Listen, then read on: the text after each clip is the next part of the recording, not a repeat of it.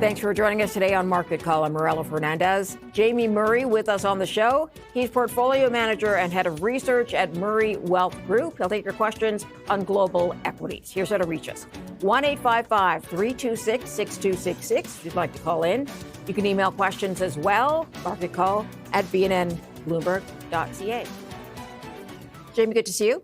Thanks for having me. It's been a volatile week with gold moving down, taking the TSX with it in the middle part of the week. Can we expect more volatility, do you think, with that trade deal at the trade meeting summit next week in Asia?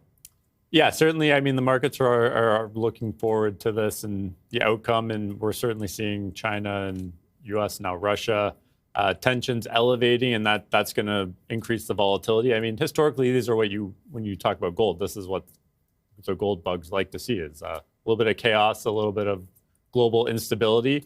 And so I think that is partially what's driving gold prices to its record high earlier this week. And I mean, anytime you see moves like this in the market, it's normal to see volatility one way, reverse later on, trading and position management. So yeah, I think if you're in the gold trade, there's nothing fundamentally that's changed to derail that upward trend. Okay, let's talk about the end of the year. It's been a very strong year for equities. Do you expect the year to end off strongly as well?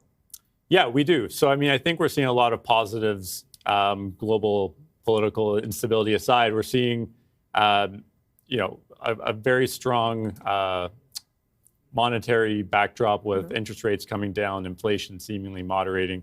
We're also seeing fiscal expansion across many Western governments, obviously the U.S. with the tax cuts they put in this summer. In Canada, we're talking about, I believe, like a record deficit is expected for this upcoming. And, not always the greatest over the long term, but certainly in the short term, that liquidity flows in the economy.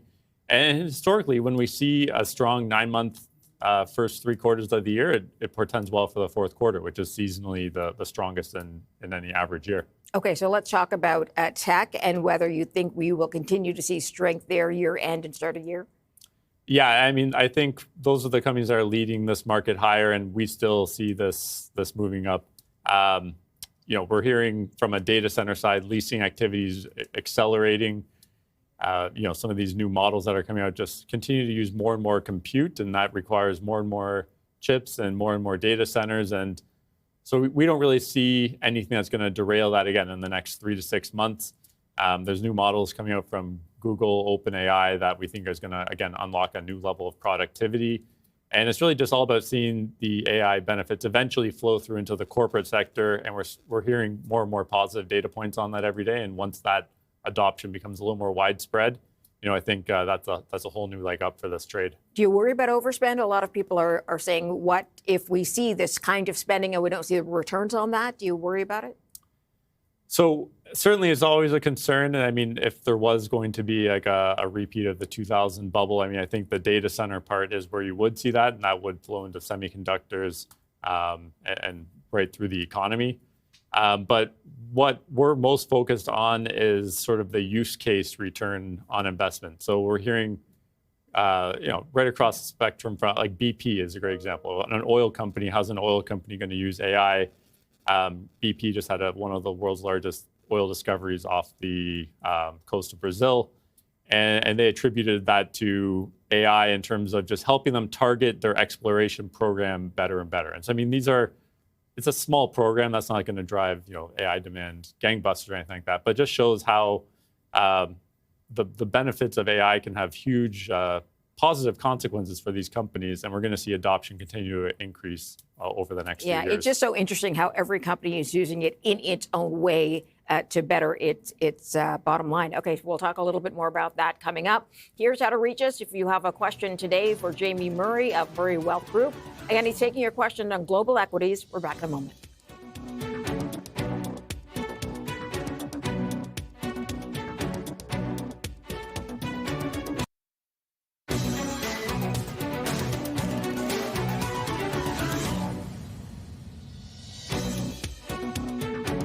Welcome back. Let's go to an email from William. He says, hi, can I get your opinion on Tourmaline Oil, please? Tourmaline, of course, a natural gas player as well. A lot of people have been putting money into natural gas, waiting for or hoping for the expansion to make them some money. but the price hasn't been there for natural gas. Yeah, we haven't seen that, and particularly in Canada, where Tourmaline's production is, and they have some exposure to the AECO pricing benchmark, and so that's the sort of benchmark price in Western Canada, and that's been, hovering around, I think, $1.50 over the last 3 or 4 months. So even the NYMEX price that you see down in the U.S., natural gas is a very regional priced commodity, and it depends where you sell it, and so Tourmaline, a lot of their production in Western Canada is not the place you necessarily want to be producing natural gas from a pricing perspective. What is great about Canada and Tourmaline is they have a huge position in the Montney and BC, historically large natural gas fields. And the Montney particularly is really in its early stages of development. It's only about 5% drilled out, so there's still lots of gas left. And what we're hoping for, because we're investors in Tourmaline, and Tourmaline as well, is that the United States gas fields and what we're seeing in the Permian, you're going to see some flattening out of production growth there, maybe some decline, in addition to this huge demand from LNG, from natural gas plants, LNG both in Canada and the US. And we're going to see that supply-demand imbalance tip towards the supply side, and you'll see prices move higher. And when that does, we think Tourmaline is going to be printing money. And in the meantime, it's just a waiting game for that price to turn. And you collect a nice dividend, get some more production, and wait for that gas price to spike. Okay, let's go to the phone lines. And Terry's on the line. He is in Edmonton today. Hi, Terry. Hi. Good day. My question's on Enbridge. Do you think the price is maxed out, and do you think it's a good stock to own going forward, or should I sell it and look for some more growth?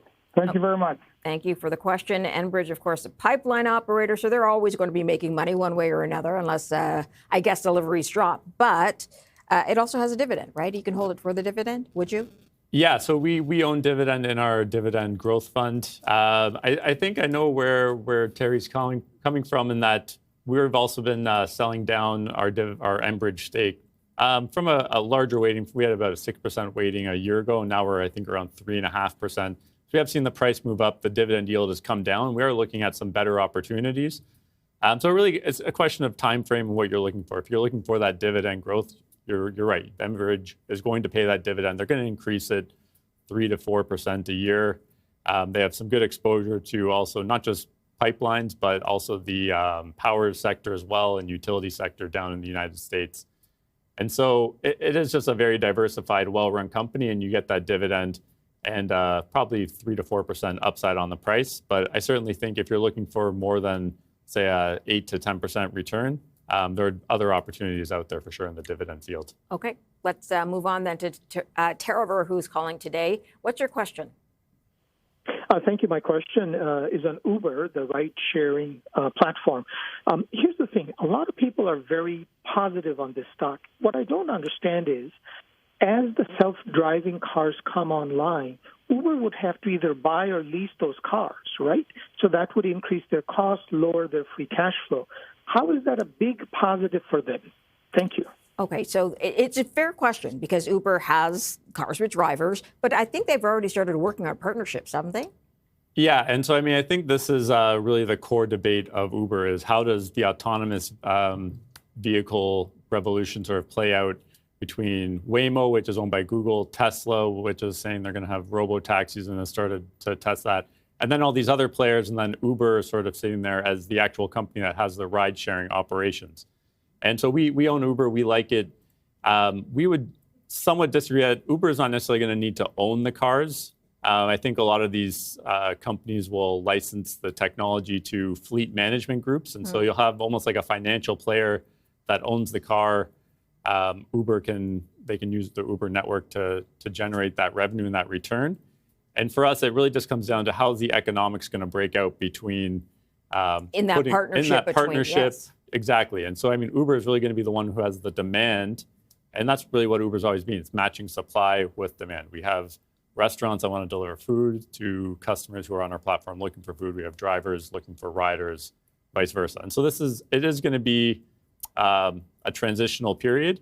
But I think the bigger risk is, does a Waymo and Tesla just go on their own? And we say, we don't need Uber as our demand funnel. We can get demand on our own and almost cut Uber out. So it's really going to be how this really plays out. I mean, Uber, just to finish off, will say, well, we have more demand than both these companies combined, and we can give the Uber or Waymo and Tesla better utilization on our platform. And so they're going to they've already built out that platform, and they've built it out well. It's pretty reliable. Would it take a lot for Google or Tesla, for example, to start from scratch to build that platform? Yeah, certainly. I mean, so Waymo's, I think, only in about 10 cities in the United States. They're by far the leader, but that's still only 10 cities out of, 300, mini metro areas plus international. And there's going to be tons of capital in a long time, and every municipality is going to have different rules and regulations around this. And so Uber is sort of that company that just covers the entire field, and we think they're going to get their fair share of the AV pie.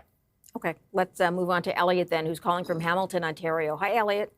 Good afternoon. The share price for Banco Santander has doubled in the recent past, and I like the looks of this European and American bank. What's your outlook, please, for SAN? Thank you. Banco Santander, how big of a operation is it? Yeah, so it's one of the largest European banks. It's a behemoth. I mean, it got caught up going back to 2008 when the European banks all had a ton of issues, along with the U.S. banks. And they were really handcuffed by capital controls. So all the regulators around the world said, the bad faith loans you've made out, we're going to slap some handcuffs on you for a while and make sure that you're really constrained. And over the last decade, now we're seeing sort of the unintended consequences of banks being overcapitalized around the world, and now regulators are starting to pull back on those constraints. And so we're seeing banks in general doing very well, and Banco Santander doubling and tripling, I think, in the last few years. I think mostly on that expectation of this capital release that's going to come up. And so, I think the banking cycle is a long cycle. It's a well-run bank. Spain, its largest economy, is doing well relative to some other EU countries. And, I think at a 10 PE, there's probably upside, again, over the long term, as long as we don't hit any huge economic recession scenarios. I think it'll do quite well. Okay. We are going to keep Jamie Murray of Murray Wealth Group around to take your questions on global equities. We're back in just a moment.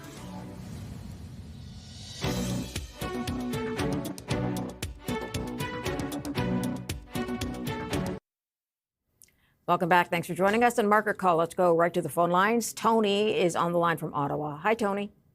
Hi, Jamie. Your thoughts on UnitedHealth? I know you previously recommended it. Two questions. Do you still own it? And two, what are your expectations for the earnings call next week? Thanks. Okay, thank you for the question. UnitedHealth, pretty beat down. It started to turn around a little bit more recently. Do you still own it? Yeah, we still own it. We still like it for the long term. It's about a 40% move off the bottom, so it's still well down from where it started the year, but well into the recovery mode. And why are we more confident today than 3-6 months ago? They certainly stabilized the issues, which were their costs were out of control, sort of the main issue. And when you're underwriting insurance, when the costs come in way higher, you're not really billing and charging enough. And it takes a couple of years to recoup that. So they're starting to build in those cost recoveries into subsequent years.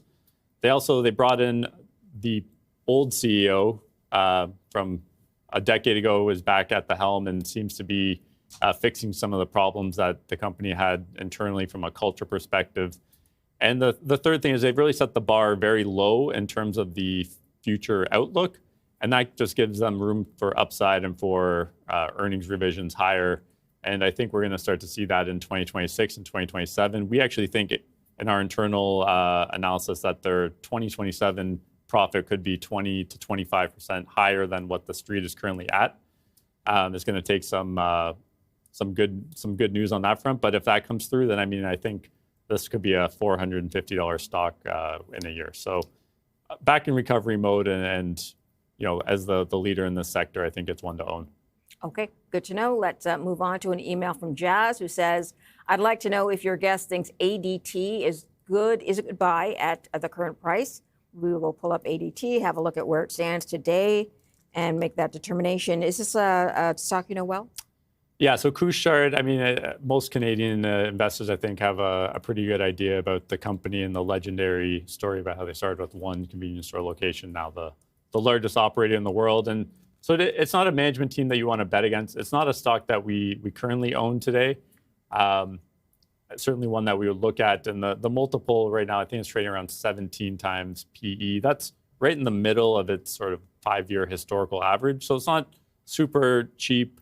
It's not super expensive. It's kind of right where it always is. And it's just about this company getting back to that long-term growth algorithm of some same-store sales growth, some acquisition, and then very good cost control. And so I think if you're owning this for the long term, I would keep holding it, and it'll probably do quite well for you. But at the current entry price, it's not like a screaming buy for us relative to some other points in time. There was an argument being made that because this is a company that takes over and benefits from that there aren't many acquisitions left for it to make. And then it went after 9/11, didn't get that from the Japanese owners. Do you feel that could be an overhang for the company? Definitely, they're going to have to look, expand their horizons in terms of where they're going to find acquisitions. But I mean, they have opportunities in Europe. I think there's still opportunities in the United States, but certainly there are other big players like 7-Eleven and Casey's that are consolidating these smaller companies as well. So that's definitely a risk factor. But I think, just again, this is a very entrepreneurial management team, and they have capital. They'll find a way to grow. Okay. Let's move on then to Scott, who's calling from Pembroke, Ontario. Hi, Scott. Hi. Thank you for taking my call. I was just wondering if I could have your guest thoughts on Propel Holdings. The price seems to have come down quite a bit, and the earnings seem good. I was just wondering if you own this, or would you in the future? Thank you. Thank you for the question. Propel Holdings. We will pull that up in just a moment. What do you think of Propel?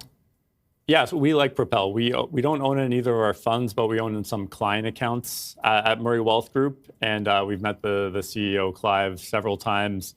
I think they're a very strong operator. We really like what they've built.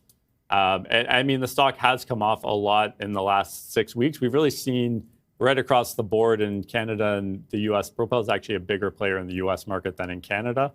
We're seeing that subprime consumer that they lend to, that their target market has been under stress. It's been student loan repayments starting up. It's been some weak economy, weak economic news south of the border for that group. And so I think it's selling off in sympathy with that. And then we also did hear that they've been, in order to keep their underwriting standards high, they have been lowering the number of sort of positive loans that they put out. So when let's say they get 100 applications, maybe 10 to 15% they would extend loans to. They've been tightening that up, maybe giving it to 5 or 10% in the current environment. So you might see a bit of a slowdown into the back half of the year, but I think A, that's the right thing to do for this type of company. You don't want to blow up on lending. And B, these are always cyclical. It can turn around very quickly. And I think the long-term growth algorithm is still intact. Okay. Let's go to another caller. Chris is on the line. He's in Victoria, BC. Hi, Chris. Oh, good morning, Morella. Nice to be speaking with you again.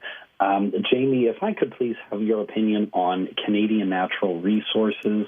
I'm a long-term, 10-plus, many year long-term time horizon ahead of me. It's often regarded as one of the highest quality long-life reserve companies, and I'm just wondering what you think about that for someone like me, a 29-year-old investor. Thank you so much. I'll hang up and listen. Okay, so price of oil, right? It has been down. It got a bit of a bump, I guess, overnight. But generally speaking, you can see that chart. It's been moving down. But they pay a dividend. Is this something you'd stay invested in, CNQ? Yeah, certainly. So we own CNQ in our dividend portfolio. I own some personally in my RRSP as well. And I mean, I think this is just the ultimate sleep at night stock for the oil market, which isn't really a sleep at night sector. So, lots of guests I know come on here and talk about all the great things of CNQ. So I won't regurgitate all of that, but certainly to say that they have this huge resource quality and resource long life reserve index that's going to be generating returns for decades. And so if that's your timeline for owning this, I think you'll do very well.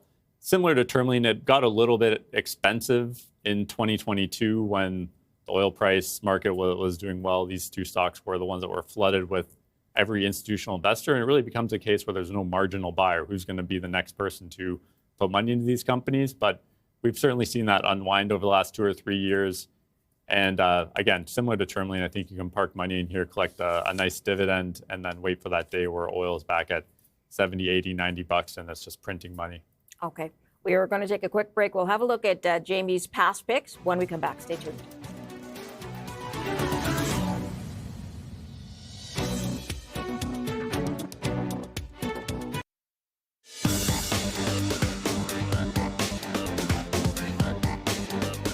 Welcome back. Time now to take a look at Jamie's past picks from November 28th, 2024, so just under a year ago. Adyen was the first pick at $14.59 US, now at $17.14, so 17% upside and 17% total return upside. Payment processing is what they do, and they're out of Amsterdam. How did you get onto them, and do you still like them?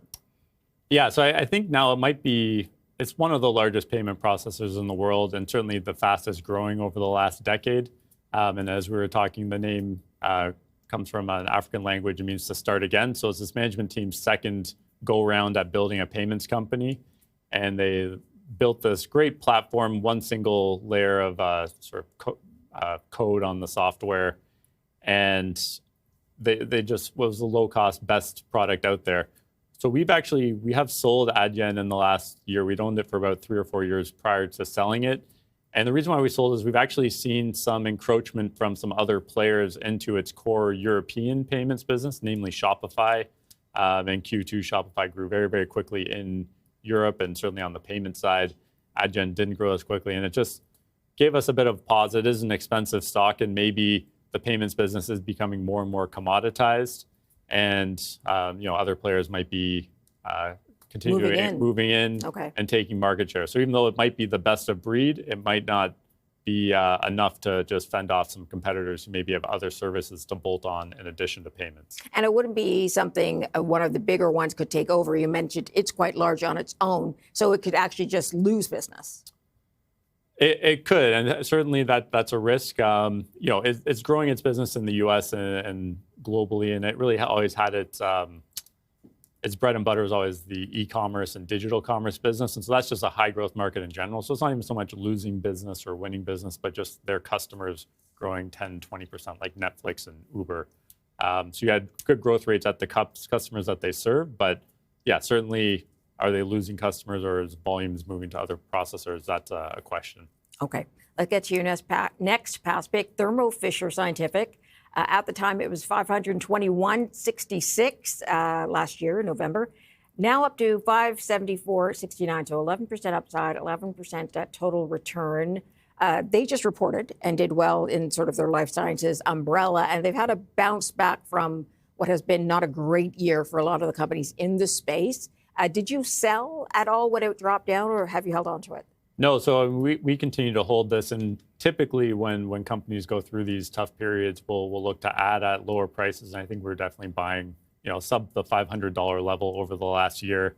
And really, last year when I made this call, it was really just trying to pick a bottom and find the inflection in life sciences that we're talking about. It's been a tough sector coming out of COVID. And it took maybe 6 to 9 months longer than we were hoping for, but now we're starting to see that. We're seeing the whole entire health sciences space do much better, starting with the pharma companies and some of the deals they've signed. A lot of this investment into the United States is going to require new tools and new services that Thermo Fisher provides. And so we still think this is a very early cycle, and one that we had just purchased a couple of years ago in our fund, and we're looking to hold this for the next 5 years and really ride through this cycle that we think is coming up. All right, good to know. Let's get to your next past pick, Northland Power on the TSX NPI, ticker there, recommended at $20.39 last year. Now at $25.03, so 23% upside, a 28% total return move up. They're in the energy space, of course, and energy is getting a lot of attention these days because of AI build out. Do you like it? Have you put more money into this one? Yeah, certainly we still hold Northland Power. I always like to come out with a dividend stock pick when we do the top picks. And so this is the dividend stock that I was recommending last year. And it really was, again, a company that historically has been a very strong operator that had a few issues on some of their new projects that they were building. Their CEO retired, their CFO, I think also moved to a different firm. So they were really a company that had some operational issues, had no permanent senior leadership. And it was just kind of left for dead looking back 12 months. But we had seen the strong growth, other power names had the strong outlook for a need for power generation globally, and thought that it was just a good opportunity to buy a company that has assets around the world that seems to be, again, in just a little bit of a rough patch. And since then, they've been delivering flawlessly on their growth projects. They have a great new CEO who's actually was a CNQ board member who's come on to lead the company. And yeah, we continue to hold it, and we think they have Investor Day coming up in November, and so we'll see what they say then and reevaluate. All right. Jamie Murray of Murray Wealth Group taking your questions today on Global Equities. We're back in a moment.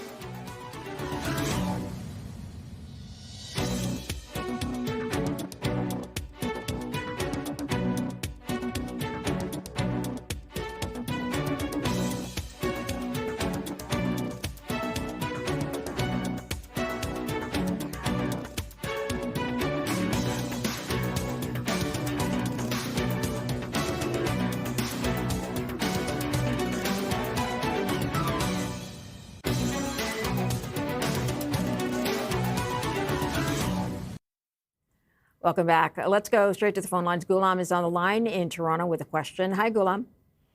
Hi there. Good afternoon to you both. Jamie, I bought I had some GE stock quite a while ago. Now I've got three of them, the aerospace, the Vernova, and the health sciences. I'm thinking of, I was wondering what's the stock with the least upside. I think aerospace and the Vernova are doing quite well, but I'm not sure about the health sciences. So I'm wondering whether I should hold on to it or sell one of them. Which one should I sell? Thank you. I'd appreciate your opinion. Thanks for the question, Ghulam. Okay, so can you just clarify what divisions, what it is broken out to?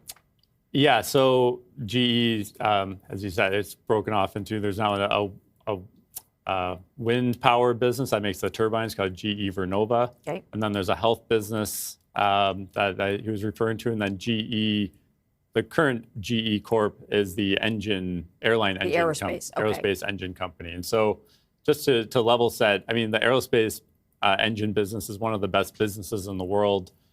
There's a shortage of engines, a huge backlog of new aircraft to be delivered from both Airbus and Boeing. And so they really have unlimited demand. They've taken a lot of pricing power, and that just gets passed through the system. And there's really no alternatives right now to some of these engines, because Raytheon, another big competitor, is having some of their own issues building the engines for. So you definitely hold on to that part of it. Hold on to it. It is expensive. It trades like a 50, 45 PE. But I think for the next 5 years, it still is a good outlook. Vernova as well, the windmill turbine company, again, a big backlog, has done very well. It's not one that I'm as close to as well as the health business, so I can't say for sure what the outlook is there, but it is going to be a little bit more cyclical. But certainly while they're in this short power, they're going to continue to see order flow for that. What falls under the health business part of it? That's a good question. Honestly, I'm not as close to the health business. Okay. I think it was spun out, it was a year or two ago now. And so there's certainly some interesting assets in there, but I know most investors, even at the time of the spin out, were most excited about those two divisions. And it was really more about breaking out the strong performance in those and getting them maybe away from the health business. But I can't really say how it's doing today versus a year ago. Hopefully some insight there for Ghulam to make a decision. Let's go to Jacob in Vaughan, Ontario. Hi, Jacob. Hi, good afternoon to you, and I wish you're going to have a nice weekend. I'd like to ask your guest about Pembina. It's not moving very much at all. It's much behind its peers, and just I want to know if to buy it now or not, because it's at a standstill, and if he owns it also. Thank you very much, and have a nice afternoon. Thank you very much. Pembina Pipeline. What are your thoughts as far as this space goes and moving forward? Yeah, we really like Pembina. So earlier on, a caller was asking about Enbridge and what's the upside there. I think Pembina is probably a name where if you have a little bit higher risk tolerance, I think you can get a lot more upside. The dividend yield is similar to what you get on an Enbridge, but there's a lot more growth in the underneath the hood. They have an LNG project that's going to be coming online on the west coast of BC in 3 or 4 years. There's also a big announcement about a potential Meta Platforms power center, data center that they're going to be building in Alberta that Pembina is going to be a part of. And then they also have, it's a great play on the growth in natural gas and liquids in Western Canada, which we still see a very strong outlook for that as well. So you get three different sort of growth drivers, a little bit faster dividend growth, I think, and faster cash flow growth for sure. And so Pembina is a name that, yeah, we own in our dividend fund. We've been adding to it down here in the low 50s. And, we think this is worth at least $60 and probably higher. Okay, so sometimes people are watching stocks very closely and they're not seeing them do much, or they're volatile and they're not pushing past their highest price they have been, which was $60, as you mentioned, last year. This is one you're saying you might want to dip in now, put some money in, but then you're going to have to hold on because those payoffs are still a while away. They are, but they have other projects that are going to be completed in the near term that will continue to drive cash flow higher. But those could be like home run type projects that you'll be owning for decades. So that LNG facility will be like a 50-year kind of cash flow that you're going to be getting from that. So very, very high quality, infrastructure like assets in this company. And I think it's just dipped down, I think, in sympathy with the rest of the energy sector and the weakness in oil prices. But as we've seen today, that can reverse anytime. So I'd be buying it today. Okay, good to know. Let's go to Rafi, who's calling today from Toronto. Hi, Rafi. Hi, Marilla. Hi, Jamie. Thanks for taking my call. Got a question about Nebius. So with the growth of data centers and given their cloud and hardware expertise, is this not a buy at these levels? Do you own it, Jamie? Would you pick it up here? Interested in your insight, please. Okay, so they're infrastructure services. What do they provide for data centers? Yeah, so Nebius, they're actually building some of the data centers and owning the physical buildings and owning them and buying the NVIDIA chips and then signing contracts with some of the hyperscalers. I think Nebius maybe signed one with Microsoft recently, like a multi-billion-dollar over a 5-year deal. There's a group of these data center companies called neoclouds that are building 3, 4, 5, on their way to 10 or 15 clusters of NVIDIA AI data centers or with these AI performance chips.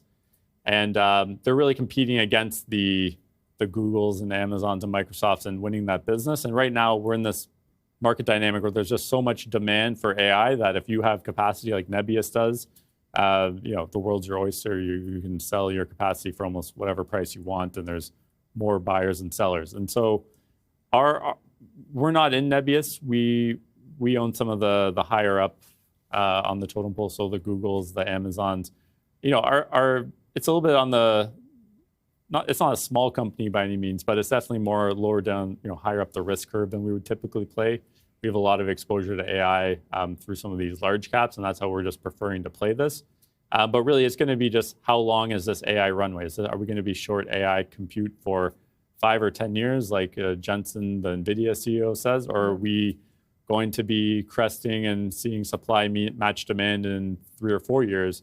In which case, these long-term, these 5-year deals they're signing with Microsoft and Meta, when those roll off, Microsoft and Meta might say, oh, you know what, we actually don't need to re-up this deal. We're going to build our own data center now that it's, there's power and stuff available. So a little bit riskier, but certainly in this market, and it has pulled back, I think, 20% in the last couple of weeks. It has, but just to give the viewers an idea, the low for the stock was October of last year at 17.16, and I have it up at 103.56.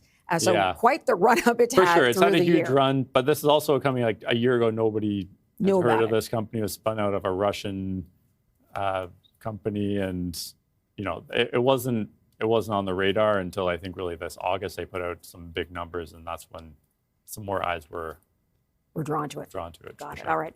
Jamie's sticking around to take more of your questions in just a moment. Stay tuned.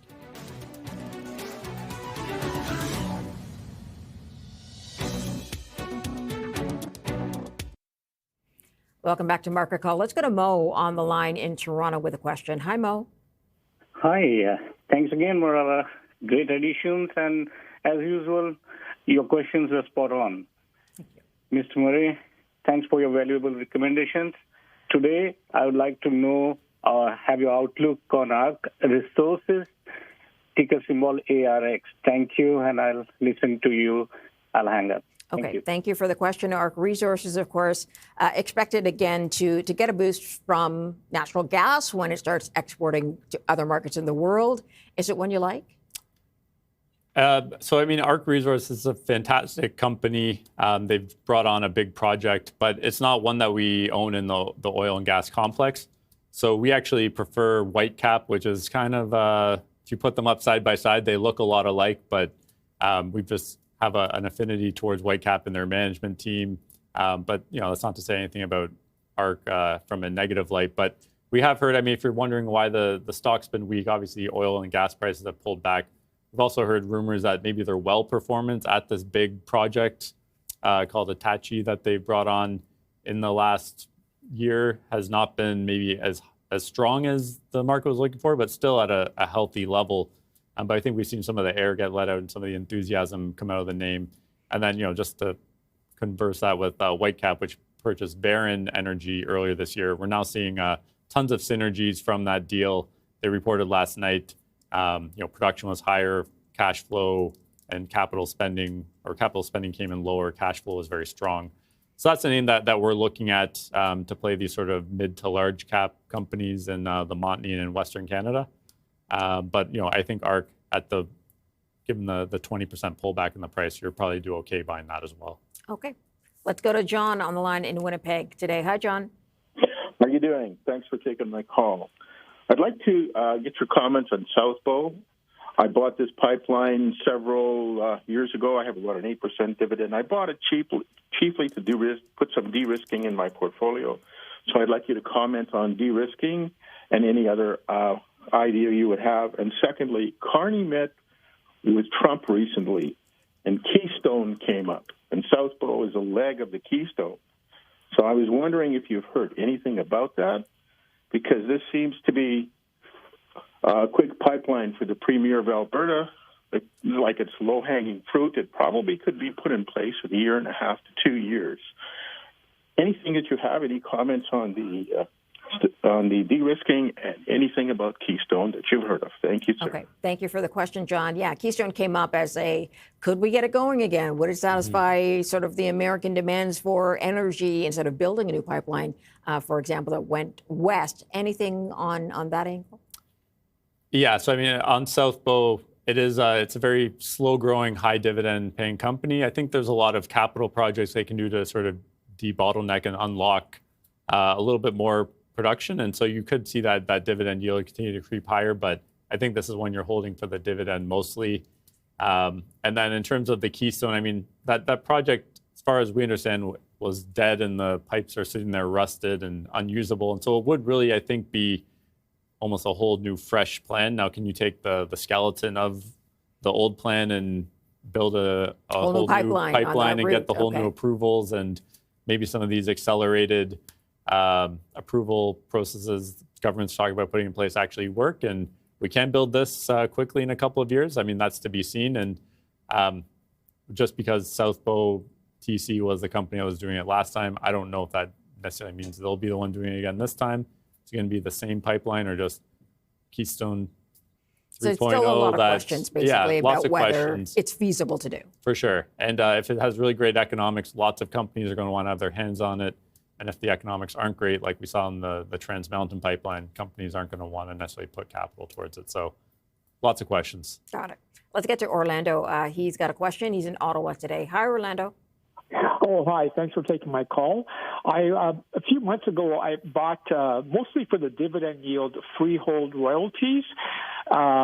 It's been paying like around a 7.9, close to 8% dividend. I was wondering if the guest can comment if it's mostly a dividend stock, or is there any price appreciation for the stock itself over the next year? Okay, thank you for the question. Can you tell us a little bit about Freehold and what they have? Yeah, so Freehold, it's an oil and gas royalty company, originally in Alberta, and now they have a lot of their royalties down south in the Permian Basin. So it's really a play on production there, and production in the Permian should continue to trend higher over the next few years. It's going to be a little bit more capital intensive for the producers, but that's why owning a royalty company in that space is great, because they're just taking a little bit off the top once that production comes on. So I think for a dividend, it's a good hold in the space. We don't own it. Like I said, we would probably hold Whitecap, which pays a similar dividend over Freehold, but both good.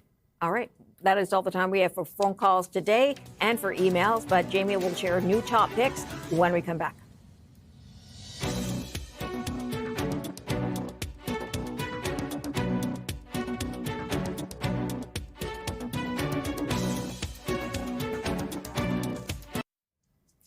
Join us tomorrow on Market Call. Brian Madden on the show with us. He's Chief Investment Officer at First Avenue Investment Council. He'll take your questions on North American equities.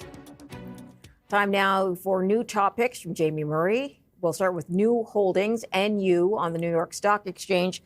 This is a company that works in fintech, and they seem to be growing. Yeah, so they really dominate the Brazilian fintech market. They have the largest customer base. They're winning the large share of new loans that are made in that market. They also have operations in Colombia and Mexico, so those are their second and third markets they've expanded into. And it's really just a digital-first bank, so no branches, very high consumer satisfaction scores, and it just grows really through word of mouth. And it's taken Latin America by storm. And you're right, it's growing very quickly. EPS should grow 25-30% for the next few years. It's a bank, so banks don't trade at very high multiples, but as that EPS growth comes through, that multiple is going to get lower and lower. And so even though it trades at an 18 times PE for the next 12 months, it could still be trading at that multiple in 3 years from now, but the earnings could have doubled. Okay. And so we really like this bank.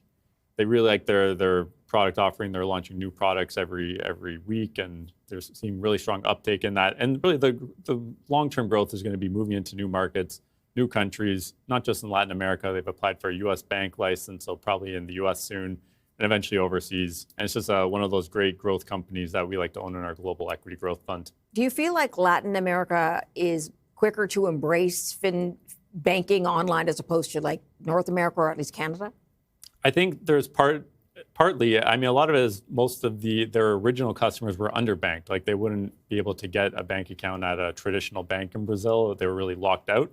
And so, these digital banks unlocked that. So they tapped into it. Tapped into it, but then it's just a lot of consumers find it's a better product. It's lower cost, easier to use, a much better interface, and what they're finding that the fees charged by the big banks were untenable, and that's really how the market share grows. But they're certainly moving up market into more affluent consumers every week. Got it. Okay, let's get to your next pick, which is Exchange Income Corp, EIF, on the TSX, and they do airlines, but to the north, passenger. What else do they do? So they do passenger. They put some cargo on those, but they also do some operations like medevac, so flying for they're basically air ambulances. They also do intelligence and surveillance flights for not just Canada, but Curacao, the UK, Netherlands. Interesting. And they also they have their own leasing and airline parts purchasing business. So where really are they based? So headquartered in Winnipeg. Okay. Most of their operations are based in northern Canada. They also just bought a company called Canada North, which operates, really dominates the Nunavut market. And so really this is just a play on the growth we're going to see, we think, in the northern Canada. So more defense spending, we think they're going to benefit from that. They should benefit from, they also have some other manufacturing businesses like environmental access matting. So as we're building big projects in the Arctic, we're going to need access matting where you can't build roads. And it's really just a growth in that region, one of the best plays. And I think this is a company that historically was a bit of a mishmash of businesses, but now we're seeing these businesses come together into a more focused, cohesive operation. And it trades, pretty attractively, we think, at 7 times EV/EBITDA multiple. A lot of its competitors with these more niche aerospace assets could trade at 9, 10, 11 times. And so if you ever get a multiple like that on exchange, you're talking about a stock that's probably a double from here. Not necessarily calling for that, but certainly we think the multiple can continue to march higher along with the earnings. Got it. Okay, let's get to your last topic, Northwest Healthcare REIT, NWH-U on the TSX. And they have a hand in hospitals, I guess, and other sort of research structures? Yeah, so they own hospital and medical office buildings around the globe. So Canada, the US, a big operation in Australia, and some in Europe as well. The stock was hit really hard in 2022 when interest rates ran up. They had too much debt. They've replaced the CEO that was in place at that time, brought in a brand new CEO who's excited to start growing the company again. And I think this is one of the cheapest REITs on the market, given they actually have very strong assets. Like these hospital assets are infrastructure-like, government paid buildings that have 10, 20-year leases on them in some case. And for a 7% yield, I think it's just too cheap. And I mean, I'll just also point out the now chairman of the board has been buying tons of stock in the market, and he owns about 10% of the business now, and he's acquired that position just through open market purchases over the last 2 years. And so those are the type of management teams we like to bet on, the ones that are putting their own money along into with ours. The investment. Yeah. Okay. We do have to leave it there. Jamie, thanks for coming in. Good to see you. Yeah, thanks for having me. Jamie Murray there with us today. Thanks for joining us on Market Call. We'll see you back again tomorrow.